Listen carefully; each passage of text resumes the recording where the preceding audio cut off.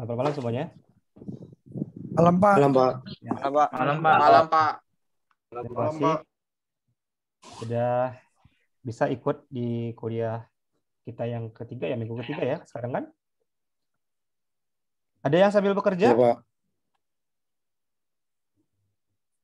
Ada yang sambil Udah pulang Pak. udah pulang ya. Kalau misalnya lagi dapat shift, kabari aja ya. Biar kita saling maklum kalau dapat shift malam, nggak bisa ikut Zoom ya tolong dikabari aja. Jadi nanti bisa tetap direkap absennya, tapi tentu ada tugas atau aktivitas yang harus dilakukan. Gimana ini saya gambarnya gimana? Lancar atau putus-putus? Lancar Pak. Oke, Lancar ya. Pak. Takutnya putus-putus soalnya saya pakai WiFi dari lab. Oke, ini sekarang di lab ada kelompok 2, materinya sama seperti kelompok 1, seperti yang kita janjikan pada awal perkuliahan ya. Jadi kita memadatkan materi inti saja yang kita praktikkan, sementara sisanya kita menggunakan materi teori ya. Oke. Sebentar, ini kayaknya saya mesti ganti koneksi dulu sebentar ya. Oke, kita lanjutkan. Ya, jadi hari ini kita akan melanjutkan materi kita. Kali ini kita akan membahas mengenai plasma cutting ya. Melanjutkan yang kemarin kita sudah belajar plasma cutting yaitu oksiviol. Dan ini plasma cutting juga termasuk ke dalam topik yang dipraktekkan ya. Jadi praktikumnya juga mencakup plasma cutting.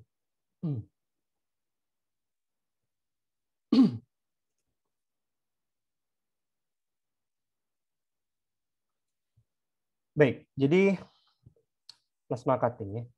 Nah, ini adalah skema alatnya. Skema alatnya seperti ini. Tampilan pemotongannya seperti ini ya. Ini profil dari benda kerja yang dipotong. Ini ada nozzle-nya di situ. Dan ada percikan api ya. Percikan api hasil pemotongannya. Lalu ini isi elektrodenya, consumables-nya ya. Nanti kita akan bahas satu persatu ini fungsinya untuk apa.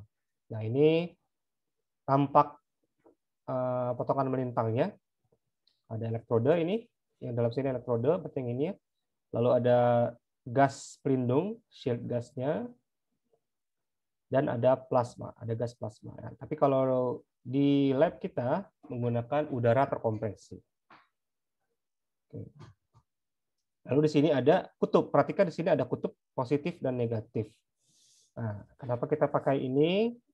Karena plasma menggunakan energi listrik untuk memotong logam ya. Beda dengan oksiviol yang kemarin. Ya, jadi definisi plasma cutting memotong konduktif metal. Jadi konduktif metal itu maksudnya adalah logam-logam yang dapat menghantar listrik ya. Terbatas untuk logam-logam yang bisa menghantar listrik. Kalau benda atau bahan yang tidak menghantar listrik itu tidak bisa menggunakan plasma.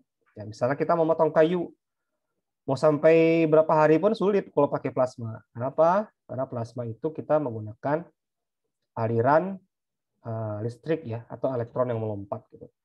Karena kayu itu sulit untuk menghantar listrik ya. Penghantar listrik yang buruk akan sulit dipotong dengan plasma.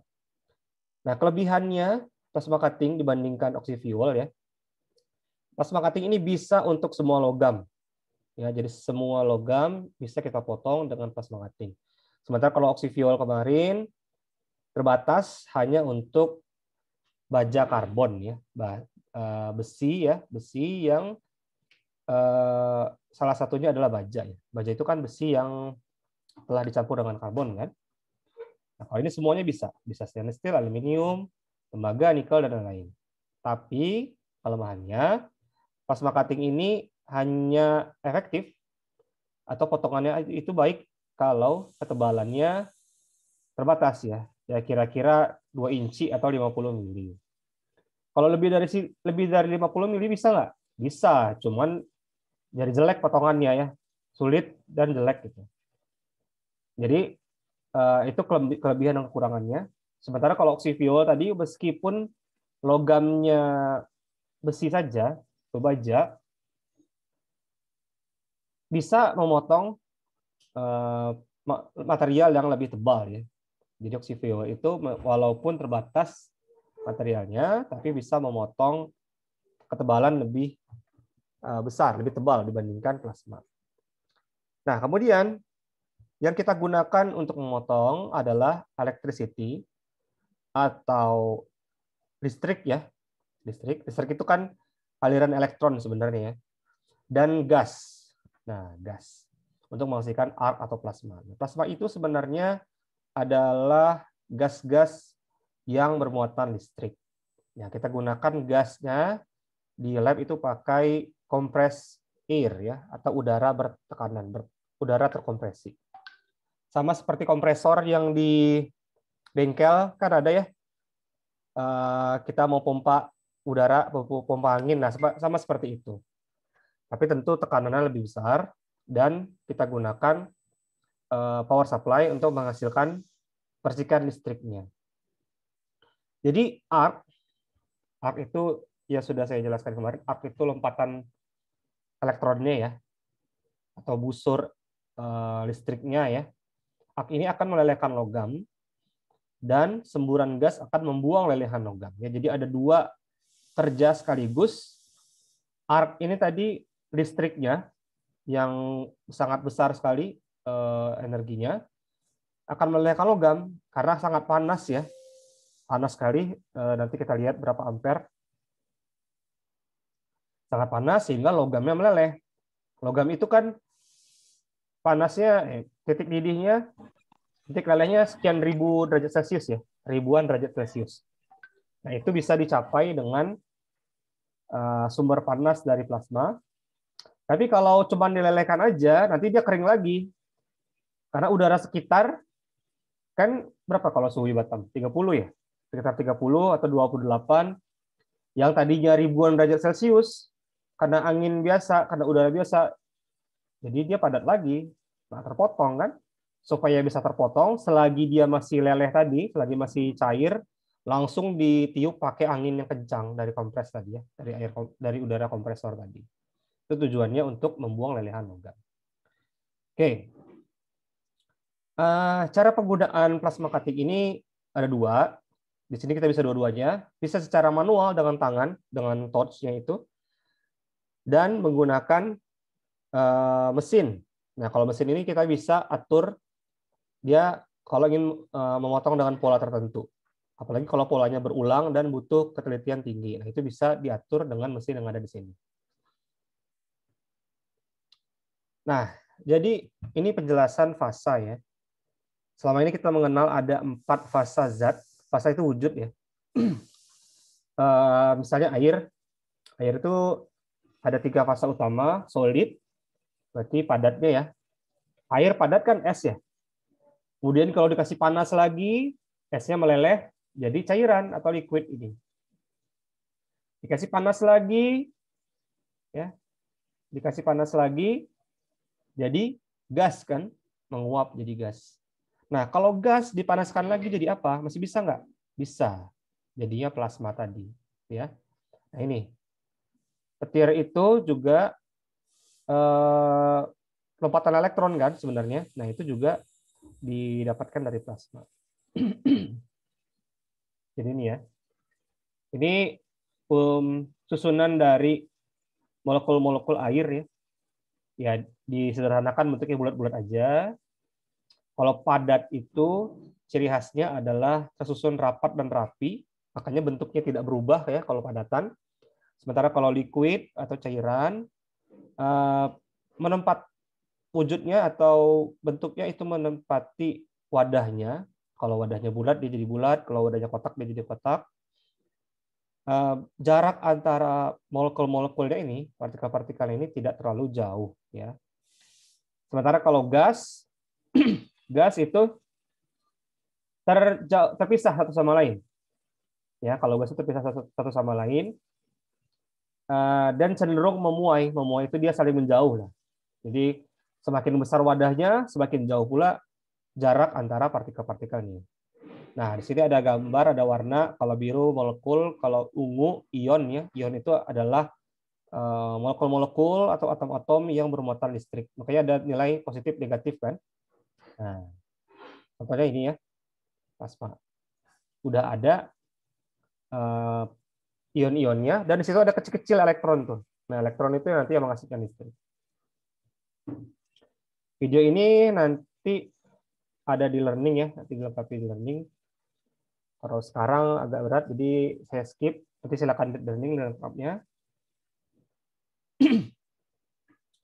Nah, ini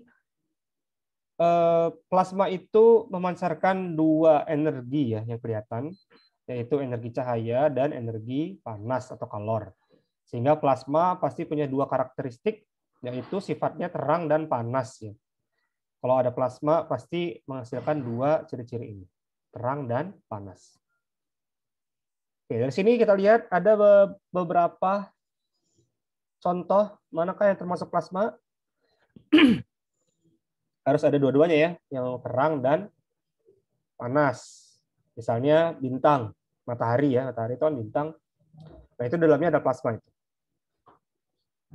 Lalu lampu pijar, ya ini juga ada plasmanya. Kalau lampu LED itu cahaya aja, tapi nggak panas kan? Tidak. Dan seterusnya.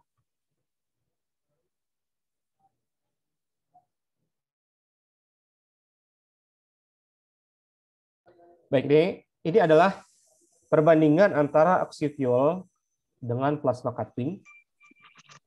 Kalau kita lihat dari kecepatannya, kecepatan memotong, oksifuel itu seringnya lambat ya, lebih lambat, dan akan lebih cepat kalau materialnya hingga 62 mm. Sementara plasma batasnya 62 mm batas kecepatannya. Jadi kalau lebih tebal dari itu sulit. Kemudian kualitas pemotongan, ya. Kualitas potongan tuh kita lihat profil potongannya. Kalau tidak rata itu jelek, apalagi kalau ada yang bolong-bolong itu jelek sekali. Nah, kalau oksifuel sudut potongnya, sudut kita memotongnya itu ya kategorinya bagus ya. Sementara kalau plasma kategorinya excellent, antara good sampai excellent. Berarti sudut potongnya itu lebih leluasa. Sementara ini ada HAZ ya, Heat Affected Zone atau HAZ. Itu adalah daerah yang terpengaruhi oleh panas. Material logamnya itu yang menjadi panas, kalau oksifuel itu besar, daerahnya besar. Sementara kalau plasma, daerahnya kecil. Nah, kemudian ada ini, kalau oksifuel itu bisa menghasilkan dross ya. Terus itu apa ya? Pemotongannya itu ada ininya, ada apa? Bekas lelehannya itu. Nah, itu kalau platnya tipis itu butuh diperbaiki, rework ya. Sementara kalau plasma itu dross free, nggak ada drossnya, jadi nggak ada lelehannya, bersih gitu, lebih bersih dibandingkan oksifuel. Kemudian pekerjaan untuk mempersiapkan, nah, kalau oksifuel harus bersih, lalu butuh preheat ya. Preheat itu kita panas-panasin dulu sebelum dipotong, dipanas-panasin dulu, baru ditekan torchnya, baru bisa dipotong.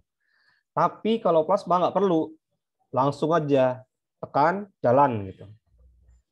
Dan materialnya boleh kotor, katanya.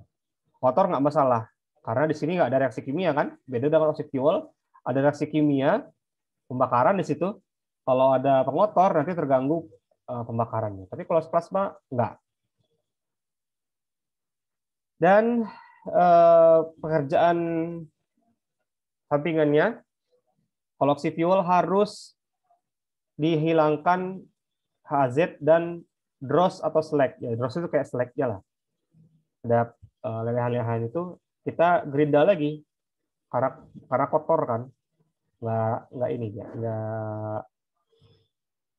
nggak rapi potongannya. Sementara kalau plasma nggak perlu, kecuali kalau memang udah jelek sekali. Tapi biasanya nggak perlu. Lalu fleksibilitas oxy-fuel terbatas hanya pada baja karbon saja, sementara kalau plasma itu lebih banyak variasinya. Namun maintenance-nya kalau oxy-fuel itu gampang sekali, ya karena kan hanya mengandalkan gas lalu pakai selang, lalu consumable atau benda-benda habis pakainya itu juga nggak terlalu rumit. Sementara kalau plasma sedang ya maintenance-nya karena menggunakan listrik dan gas bertekanan. Kalau cost-nya oxy-fuel pasti lebih murah karena gas itu biasanya lebih murah daripada listrik ya, biasanya seperti itu. Kemudian plasma sedang lah ya ininya biayanya.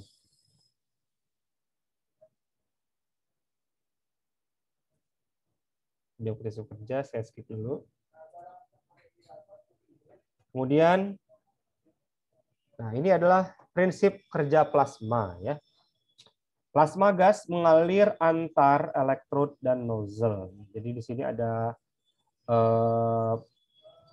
plasma gasnya mengalir ya ke sini ya. Ini. Kemudian arc terjadi antara elektrod dan nozzle menghasilkan pilot arc. Pilot arc itu percikan listrik yang pertama ini, pilotnya. Lalu arc terjadi antara elektrod dan material. Nah, itu karena ada perbedaan potensial ini. Elektrodanya negatif, benda kerjanya positif. Ya. Makanya kita nanti bekerjanya pada meja potong, dan meja potongnya itu nanti dijepit pakai kabel grounding. Kabel groundingnya itu yang muatannya positif. Kan? Jangan terbalik. Ya, tapi nggak mungkin terbalik karena udah ada tandanya. Jadi nanti arc-nya itu lompat dari yang kutub negatif ke kutub positif. Ya. Jadi seperti itu. Lalu ada shield gas. Shield gas itu berfungsi untuk melindungi arc supaya tidak ada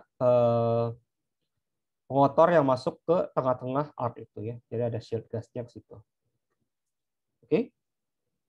Jadi itu prinsipnya. Karena ini harus menggunakan listrik, makanya kalau kita pakai meja kerja yang bukan bahan ini, yang bukan bahan logam, misalnya benda meja kerjanya, atau mungkin pakai apa ya? Ya, pokoknya meja kerjanya itu tidak menghantar listrik lah, bahannya nggak menghantar listrik.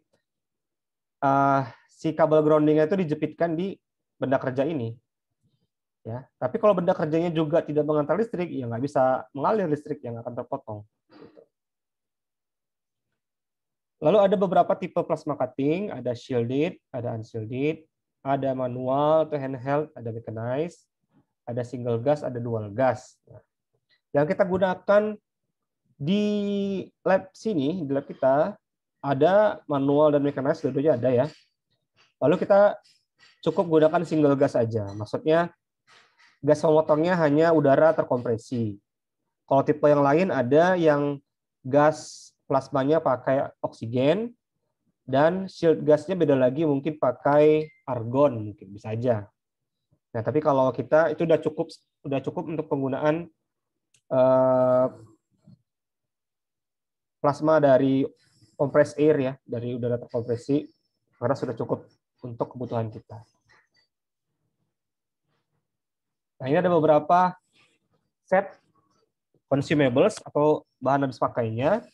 Ini yang sering diganti, ya, karena ini seiring berjalannya waktu akan rusak. Memang ada umurnya gitu ya.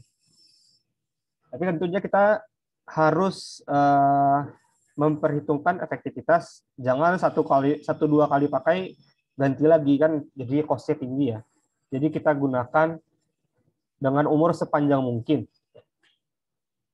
Ya, jadi ada banyak faktor yang mempengaruhi umur consumables. Ya. Biasanya untuk handheld cutting, untuk pemotongan yang manual itu bisa 1-2 jam total ya. Bukan 1 jam, 2 jam kerja. Enggak, maksudnya artnya itu bekerja sampai 1-2 jam. Lalu kalau mechanized atau yang otomatis bisa lebih lama, 3-5 jam. Lebih tahan lama. Nah, jadi penggunaan yang baik, yang cocok, yang hati-hati, dan penggantian yang tepat waktu itu akan menghasilkan kualitas potongan yang bagus dan ekonomis lalu aman. Ya. Kalau kita menggunakan yang jelek bahannya, kerjaan kita juga nanti akan jelek juga. Ya, jadi malah lebih besar biaya yang dikeluarkan. Oke, ini ada set consumables-nya. Yang di depan ini namanya shield. Ya. Gunanya apa? Gunanya untuk mengeluarkan aliran gas sekunder, gas shield-nya, gas pelindungnya. Bisa juga fungsinya tambahan lain untuk mendinginkan nozzle, ya karena kan setelah keluar arc dia panas ya, lalu dibiarkan aja ininya gasnya keluar supaya dingin. Karena memang kalau kita tekan elektrodanya itu, kita tekan gunnya, pertama langsung keluar arc sama udara ya, keluar arc sama udara. Terus kalau kita lepas ininya pegangannya, nanti masih keluar udaranya. Biarin aja nanti mati sendiri gitu. Itu gunanya untuk mendinginkan nozzle-nya. Ini gunanya juga untuk melindungi consumable lain dari spatter. Spatter itu kan percikan logam ya, percikan logam yang meleleh tadi.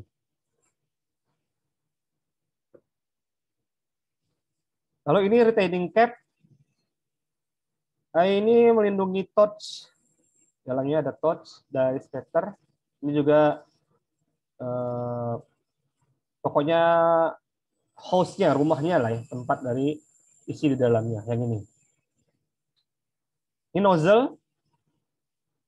Nozzle itu yang di dalam sini nanti itu memfokuskan aliran plasma. Jadi nozzle itu tempat keluar plasma dan di situ tempat keluarnya arc ya. Nah, ini ada ukurannya berbeda-beda tergantung ampere yang digunakan ya. Misalnya kalau kita gunakan arusnya 100 ampere, pasti profilnya lebih besar daripada yang 40 ampere.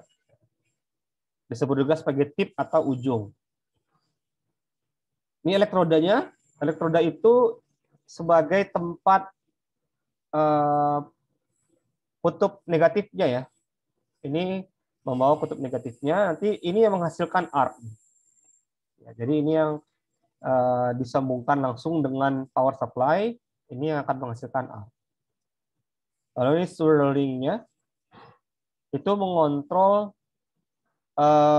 aliran gasnya. Ya. Nanti juga akan menghasilkan vortex gas pelindung yang akan melindungi arc dari luar. Nah, ini ada video bagaimana cara mengganti consumable plasma cutting. Oke, ini ada beberapa jenis gas plasma ya. Misalnya compressed air yang kita gunakan di lab itu cocok untuk memotong karbon steel atau baja karbon. Kelebihannya murah ya. Kan cuma modal kompresor aja. Udaranya banyak kan di sekitar kita, nggak perlu disediakan pakai tabung. Tapi ada kekurangannya. Kekurangannya itu ada kelembaban ya. Karena udara sekitar kan pasti ada uap air kan, lembab. Nah, itu bisa mempengaruhi umur consumables-nya. Karena ada basah-basah, lembab, itu bisa umurnya pendek. Lalu nitrogen. Nitrogen itu cocok untuk stainless steel. Stainless steel. Terus kelebihannya bisa memotong stainless dengan baik. Lalu tidak terlalu mahal dibandingkan yang lain. Karena nitrogen itu kan banyak di udara ya, sekitar 78% di udara kita. Nah, kekurangannya ada nitriding. Ya. Gas nitrogennya masuk ke dalam logam benda kerja, banyak gas nitrogen. Nah, kalau ada gas nitrogen nanti sulit kalau mau kita welding. Karena kan kita mau potong itu kan nanti mau dilas kan. Nah, sementara kalau banyak nitrogen di dalam logam itu nanti sulit untuk di welding. Nah, itu kekurangannya. Oke. Lalu itu yang sering dipakai untuk handheld ya atau yang manual. Sementara kalau untuk yang otomatis, yang mechanized ya, yang sering digunakan oksigen H35 sama F35. F5 ya. Kalau oksigen seperti ini cepat ya, sangat cepat ya karena kalau oksigen itu kan punya sifat ini ya, sifat oksidator ya, oksidasi. Tapi kekurangannya mahal dan mudah terbakar. Begitu juga kalau hidrogen 35% hidrogen, 65% udara, bisa untuk potong aluminium. Kekurangannya sama seperti oksigen tadi dan seterusnya.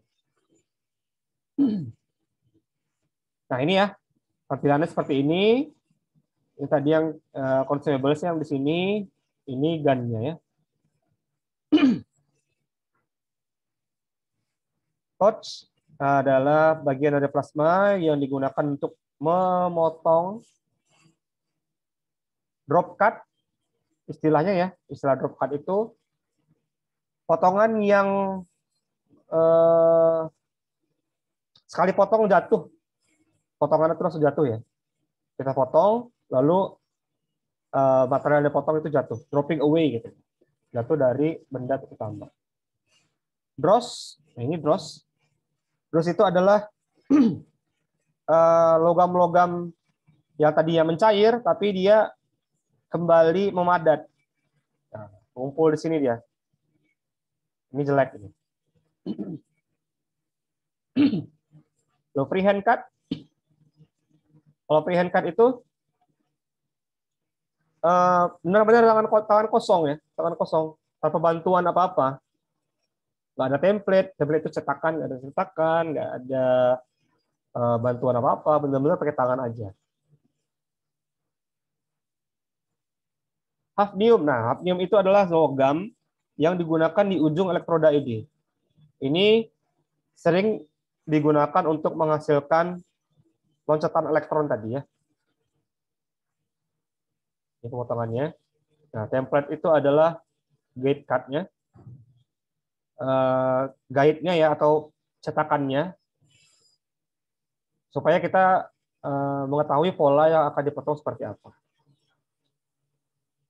Nah, gouging, kemarin kita bahas, gouging itu menghilangkan atau mengurangi logam dari permukaannya tanpa penetrasi penuh.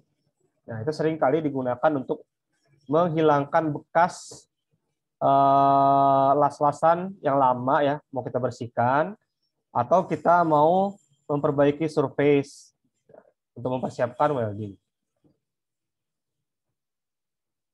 Nozzle tadi ini ya, bagian dari torch-nya.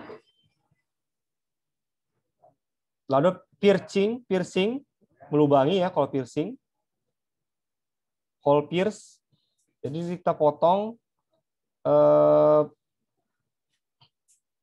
ya, jadi potongnya di tengah-tengah kalau hole pierce ini, enggak dari pinggir. Biasanya kan kita dari pinggir nggak sampai habis. Ini enggak, dari tengah malah. Lubangi. Nah, ini elektroda. Tadi ya bagian dari consumable, dia menghasilkan elektron. Dia di ujungnya ini ada hafnium tadi ya. Lalu bevel cut. Nah, ini kalau kita ingin membuat bevel dengan sudut tertentu, pasti kita potong dulu. Nggak mungkin pakai gergaji kan. Nah, lama nanti, terus juga bisa salah-salah. Sebaiknya pakai plasma ini karena sudah ada teknologinya yang lebih cepat gitu, pemotongannya. Apalagi kalau banyak ya, kalau banyak yang dipotong nggak mungkin satu persatu digergaji, lama sekali untuk ini. Lalu ada curve. Curve itu celah ya yang dihasilkan akibat pemotongan material. Ini space ini namanya curve. Lalu ada dross ya. Dross itu biasanya dihasilkan karena travel speed atau gerakan pemotongannya terlalu cepat atau terlalu lambat. Kalau terlalu cepat, nanti logamnya masih memanas, masih panas, tahu-tahu udah jauh dari arc-nya, dia udah nggak panas lagi, jadi dingin ya. Itu jadinya mengeras drossnya. Nah, cara kita mengetahui apakah kita travelnya itu cepat atau lambat bisa dilihat dari sparks-nya, percikan apinya. Kalau percikan apinya itu mantul ke kita, itu kita terlalu cepat itu. Si arc-nya belum sempat nembus, kamu udah jalan, itu pasti nanti percikannya mantul-mantul. Tapi kalau terlalu lambat, nanti arc-nya apa? Arc-nya ini memanjang gitu, memanjang, ngumpul dia, terlalu lambat. Nanti kelihatan dari dross-nya terlalu banyak. Nah, ini nggak usah. Nah, ini ada ciri-ciri dross ya. Kita bisa lihat kualitas potongannya dari sini. Jadi kalau terlalu lambat, dross-nya gini ya, banyak ngumpul di bawah sini. Nah, kalau ini high speed, terlalu cepat geraknya. Nanti silakan dibaca aja.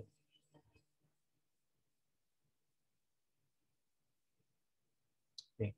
Jadi seringkali ya dross itu muncul pada logam-logam yang panas biasanya. Kalau panas itu lebih mudah muncul dross. Kemudian seringkali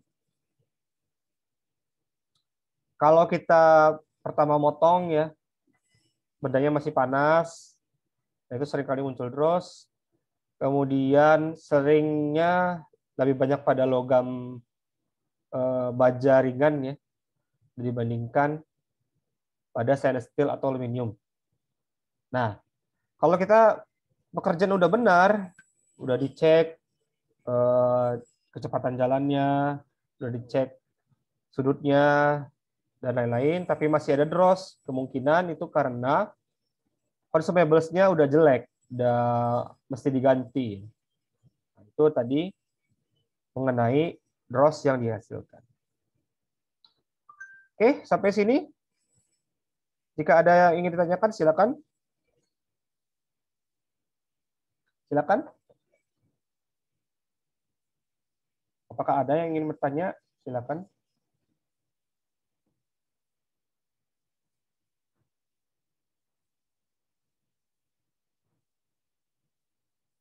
Oke, kalau tidak ada, ini saya kasih link absennya.